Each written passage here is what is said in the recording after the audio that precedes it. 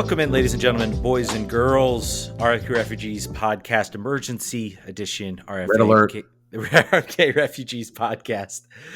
Ted here, John here. We are here to essentially break down the news that just dropped. We just got the news about the roster decision day, which is a big day.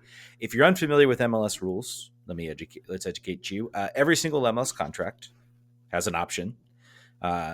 And basically it's up to the teams as to whether they exercise those options. MLS loves these options. It essentially gives them more control. If I'm the MLSPA, maybe I'm looking at the next collective bargaining agreement, a way to get rid of those. I think there was a great post. I forget the player, but he was kind of talking about how like this is really like feast and famine for a lot of players, like players who have these option years, either they feast and they get a little bit of a pay bump because the team likes them, or they're left out and have to find a new team. I think it was Tesho Akindele said that somewhere this last couple days. Yep. So Tesho Akindele talking about what happens with a lot of these option years. Well, DC United made their decision, so we aren't here to debate the validity of these rules. They exist for right now. DC United made those roster decisions. If you haven't seen the headlines and news, there are 3 players they have exercised contract options on. 2 are probably maybe not surprising. 1 certainly not surprising. 2 of them I picked this morning as going to be the only one, so I was almost right. We were almost right. It was Russell Canouse, Ted Kutupietro, and Ruan probably being the only sort of somewhat surprise from that perspective. Well, I'll get into a minute maybe about what the thinking is here. Players they have declined the contract option on. Nabil Assad, not surprising. Eric Davis, maybe he looked okay, but he's also 31, so maybe the team thinks there's better options out there. Jose Ferreiro, apparently Ali Mackay was not impressed with his CONCACAF Gold Cup.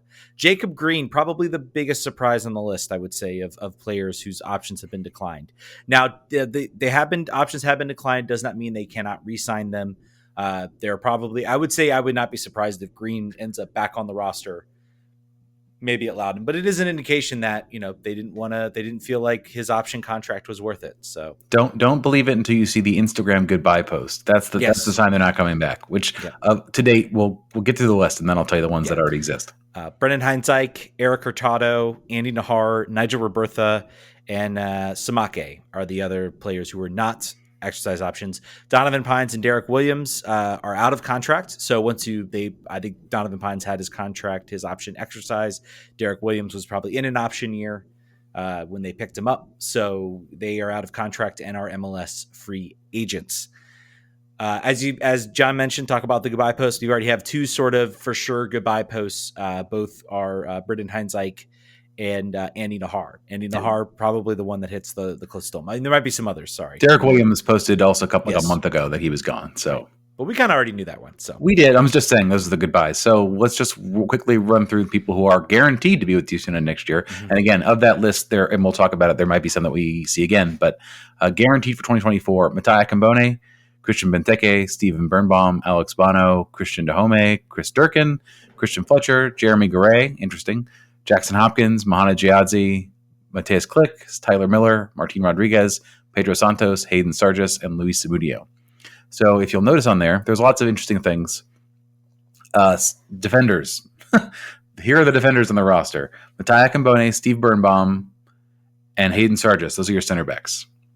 Mahana Giadzi, that's going to be your guaranteed starting left back. Ruan, likely you're starting right back, pending some moves. And Pedro Santos, he of the 37-year-old hamstrings, I believe, backing up, hopefully, rarely, Mahana Giadzi in defense. So that's a young half and half. It's a very young and very old defensive backline. But you mentioned Ruan being sort of a surprise. Andy Nahar leaving, you have to leave yourself some people. That could potentially play fullback. There are obviously going to be. There's 19 players so far on the roster. There's going to be major turnover. What do you think about that defensive situation currently? I think Akambone as a starter is actually good. Yeah, I mean, I think this potentially. I think center back. Obviously, you basically have Akambone and Steve Birnbaum and Hayden Sargis. If you think Hayden Sargis is ready, otherwise there's going to need to be some resources in there. They do not have a lot of international slots, especially with some of the other announcements today. I think there are some contracts. I think if there was an option year or they were not already under contract, I don't think you would see them back. Pedro Santos being one of them. and maybe even Mohana Jazzy.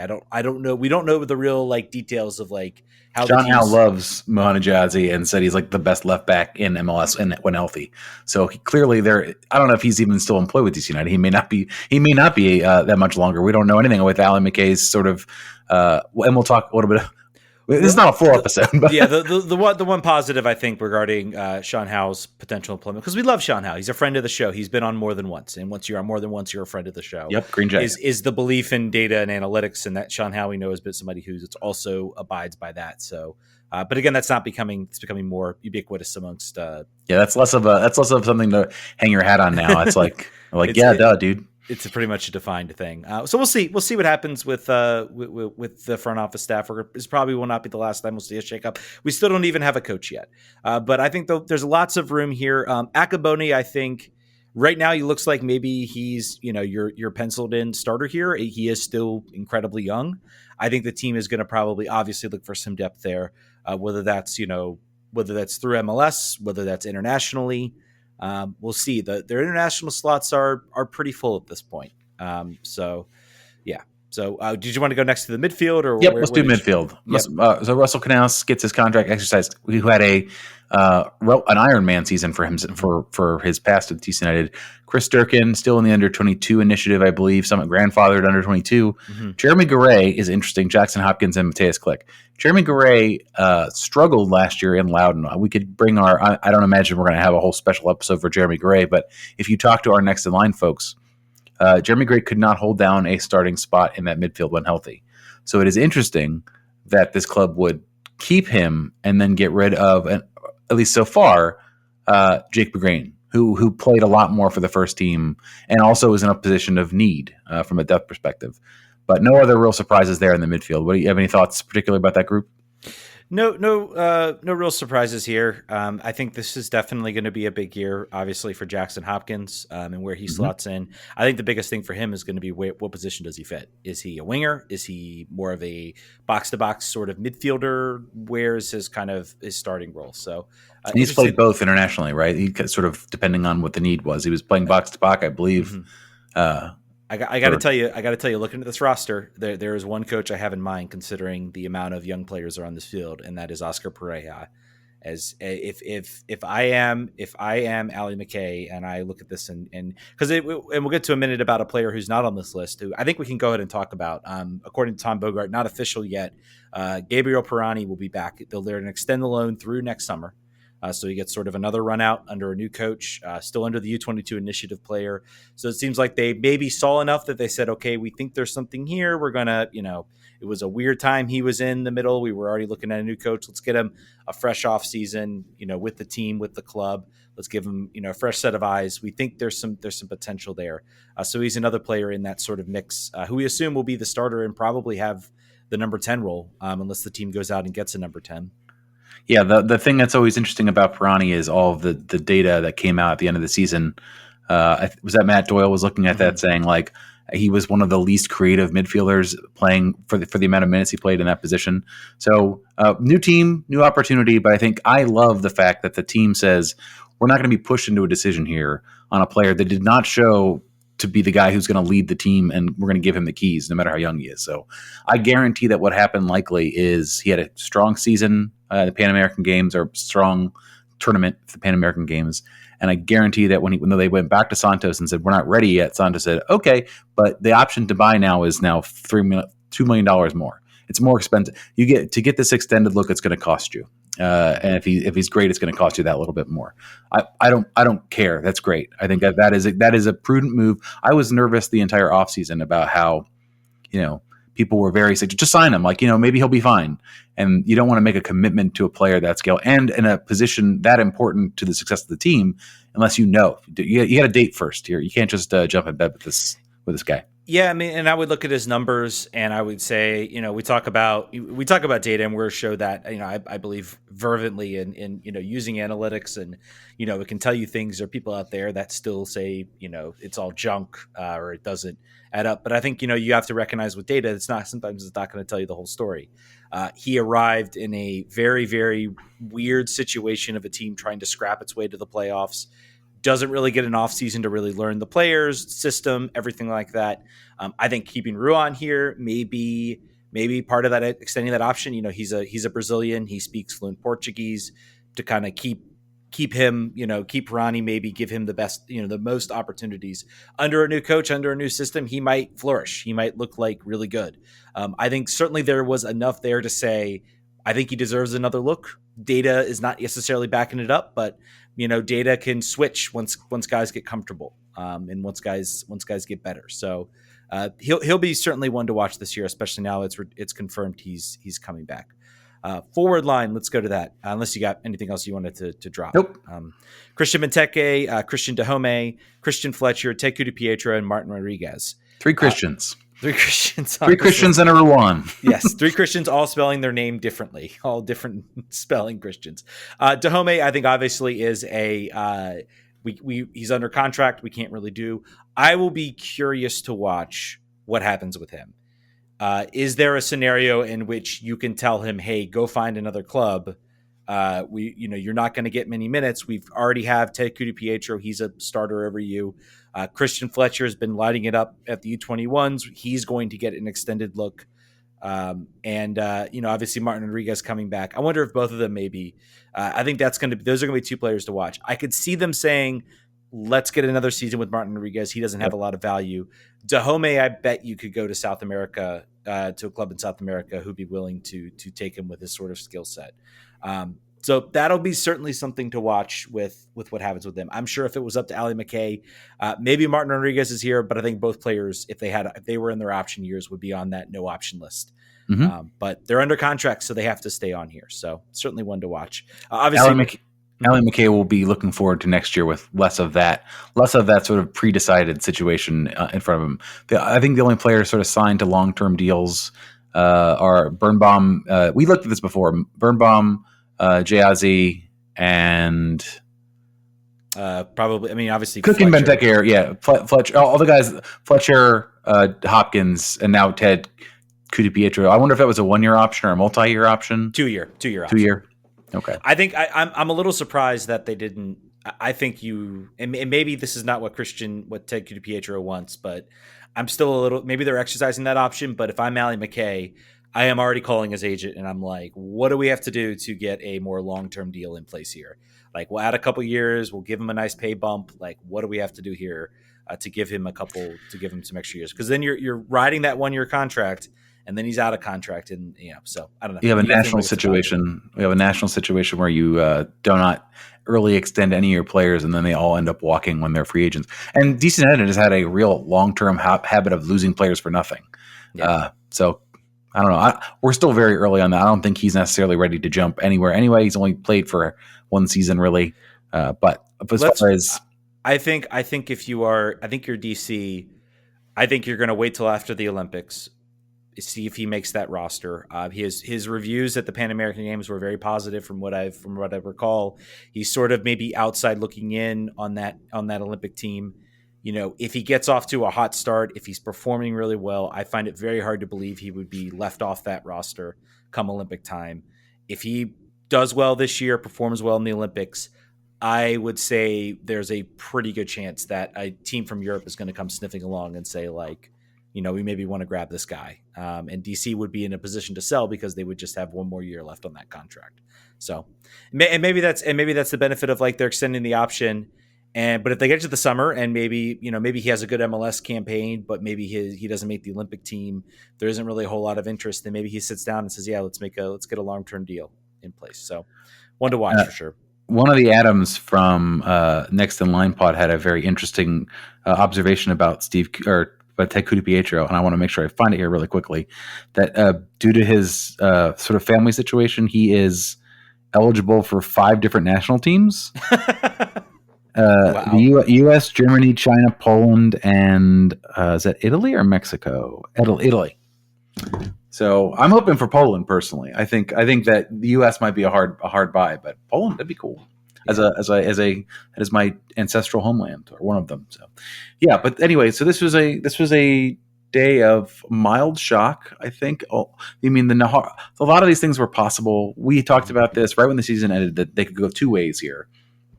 One way would be to gut this thing to the studs, and it most likely would lead to, barring a Houston Dynamo miracle season of here's half a new roster, and somehow, yes, we're also in the conference finals. More likely, you're going to have a transition year where you're struggling to sort of put things together and struggling to make like a really deep run anywhere.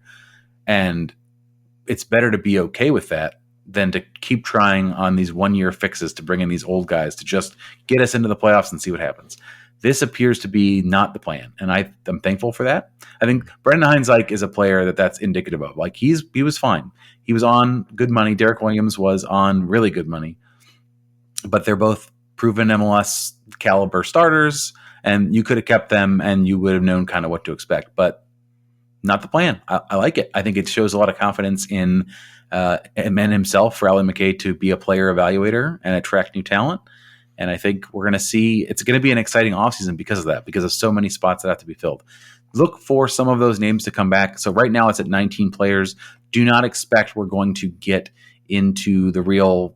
We're not going to sign 11 new players. That would be unlikely to me. I don't think that will happen. Some of those players will come back. Let's talk about really quickly who you think might come back. Emil Assad, come back or no come back? No. Eric Davis, maybe. No? Okay, I'm saying maybe. I'm a no on that one. I think, yeah, I'm a no on that one. Jose Fajardo. No. I'm a no. Jacob Green. I think he'll be back. I think he wants playing time, and I think he's not going to be back because they probably told him, can't guarantee that. Brendan Hines-Like, obviously not back. Eric Hurtado, not back. Andy Nahar, not back. Nadra Bertha, not back. Kasua Sumake, not back. Yeah. Donovan Pines. This has been like a conversation point here, I think, for a lot of folks.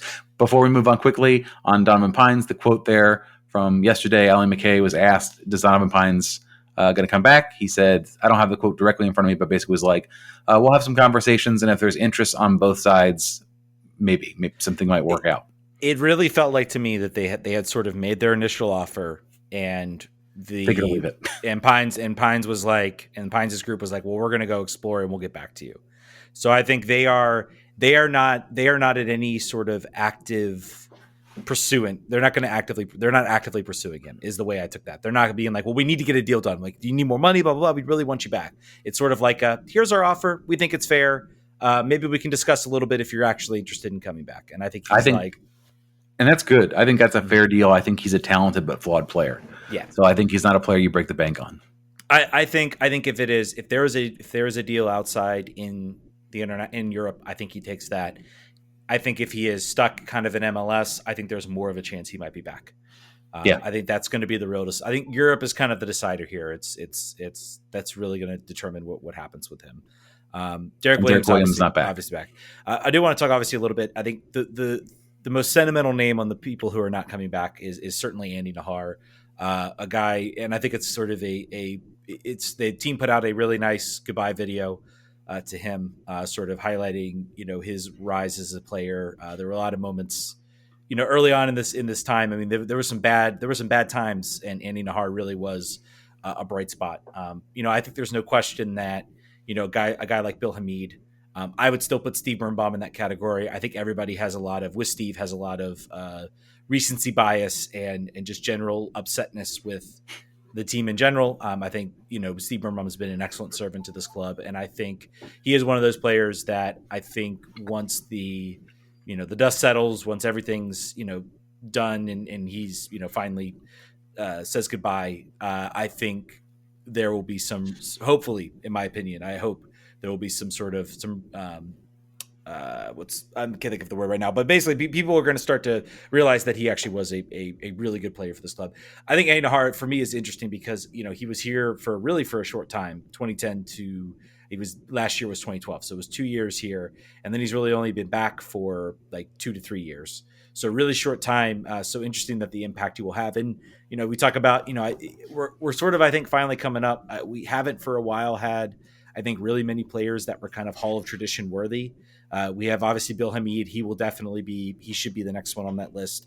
I think the team needs to induct him as soon as they can, get him on that list. Maybe once he announces his retirement, he should be on that wall. I think Andy should be there as well. Simply for, I think what he meant is sort of the team is sort of the academy, the homegrown, the one of our own type of thing. I think he might be the player with like the shortest like actual tenure of games at DC who maybe made the biggest impact. So very sad to see him go. I hope he land wherever he lands, he is, successful. But I think this is one where you kind of have to take your heart and use your brain a little bit. Regardless of his contract, I think you have to look at how many games is he really going to be available. And, I think, yes, we will struggle maybe to find his skill set. I would also argue that if he were like a number 10, if he were like a creative attacker, and his spot was on the wing and being sort of that high pressing winger, maybe you make an exception and allow him on the team. But I think you almost have to look like he's coming from that right back spot. And I also think you would be putting him in the ring spot would maybe be taking away time from a Teku DiPietro, from a Christian Fletcher, from guys that will be, future big attackers for this club, and certainly have value there. So I think the move from a brain perspective makes sense. It's sad to see. There will be a lot of upset people. I'm currently wearing his kit right now, so but wish you the best. Wish you the best, Andy. Agree. Yep. You agree? You were very much on the Andy train, as far as like keeping him. No, changed? No, I said you can get rid of him if you get rid of everybody. You can't get rid of him if it's only him. That's true. He's not the problem, and he's showing that he's not because you're getting rid of everyone. So that was my point. But thoughts? I mean, sort of your thoughts. I want your thoughts because you mean we got rid of essentially we got rid of Andy, who's the right. We essentially made a choice between Andy Nahar and Ruan at sort of that right wing back position. Ruan, I think availability is the most important ability right now, so that's why. I think you can't. It's a player that is talented but not available as a luxury for a team that is in a different position or is in the position we're in. So I think it makes sense. I think he also wants to cash in. He's 30. He's going to potentially get money from somebody, and I bet he came back to us and said, "We have an option for you at X dollars." He says, "I want X plus Y dollars and more years." And Ali said, "No, thank you," and that was that. And I think that's fair for all parties. And I'm sad that Andy's gone, but I think it's the right move. Yeah. Let's, I want to briefly mention Christian Fletcher as well. I think a guy who is lighting it up in the U21. I know we've talked about this a lot. He just had a hat trick today. And he had one earlier this week too. That's 6 goals in 2 games in 4 days. Now, again, this is U21s. Based on some of the score lines I've seen for these games, it does not sound there's a lot of defensive ability, but again, I think it gives him confidence. I think this is a guy now. I think if you're Ali, you need to find a coach who believes in him and wants to get him on the field. Same with a lot of these other young guys like Akambone, Teku DiPietro. You need to grow Chris Durkin a little bit as well. I think he's a player you want to see more out of, particularly next year. And then also you're bringing in Gabriel Pirani. So I think right now we're looking at this team. You called it a mix of young and old. The old is the guys on the last year of their contract or entering their option years. The young are the guys who have either just had those options exercised in Teku DiPietro or guys you're looking at for the next few years. So you're really looking at, again, we'll see what moves this team makes as far as DPs. Again, we're talking about a second DP, but you have to think that this is, if you had to pick a breakout star from that young group, Teku DiPietro was it last year. Christian Fletcher has to be it, I think, this year. I don't think there's any question about that. So, nope. And this is why, I mean, if you're a coach, I think also this move, I think this, if I am a coach entering this year and I'm looking at jobs and I'm looking at offers, I look at DC and I say, man, there's a lot I can work with here. Like there's a lot of ways we can sort of build this thing. Yes, we've got, Mateus Click. Yes, we've got Christian Benteke, but both those players were solid to very good.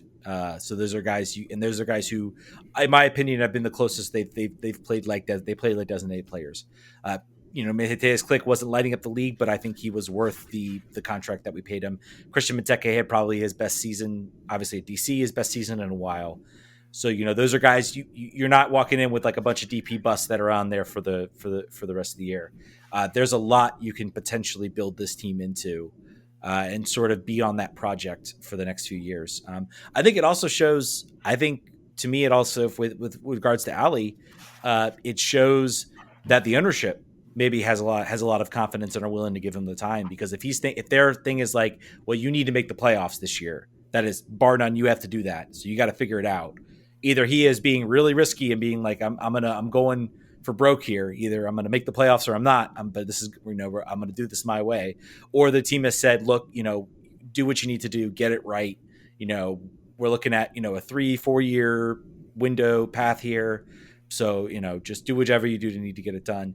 I hope that shows confidence in them, that they're finally saying, we need to build something here. We can't just be trying to make the playoffs. Like, we actually have to build an identity that the fans want. So I think that's right. Based on everything, we're going to end after this. We didn't get a chance to get into all of the interview. Apparently, Allie McKay and Jason Levy and talked to every other DC United adjacent outlet in town this last week.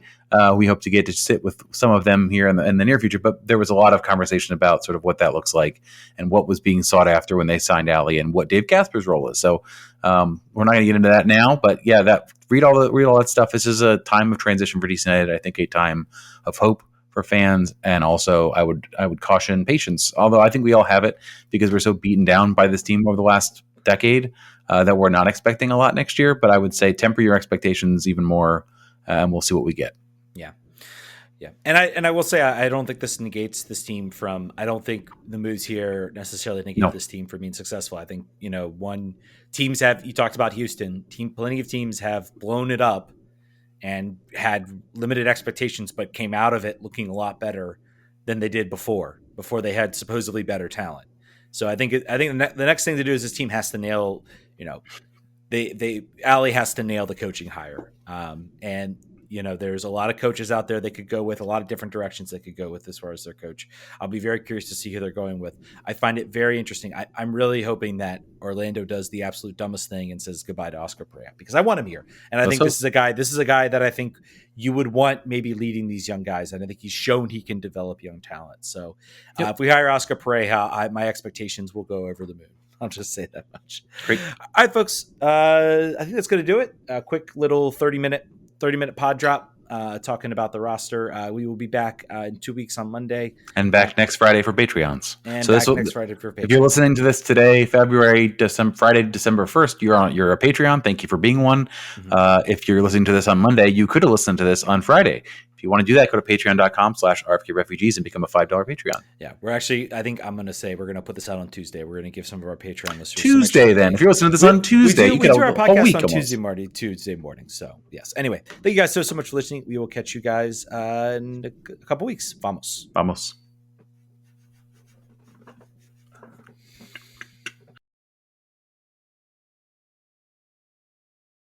Thank you for listening to RFK Refugees Podcast. Make sure you rate and review the show wherever you download podcasts. If you want to support the show, consider joining our Patreon or subscribing to our channel on Twitch. Lastly, make sure you're following us on Twitter, Instagram, Facebook, Threads, YouTube, Twitch, Goals.tv, Friendster, MySpace, and Tumblr. Some of those are even real. Vamos.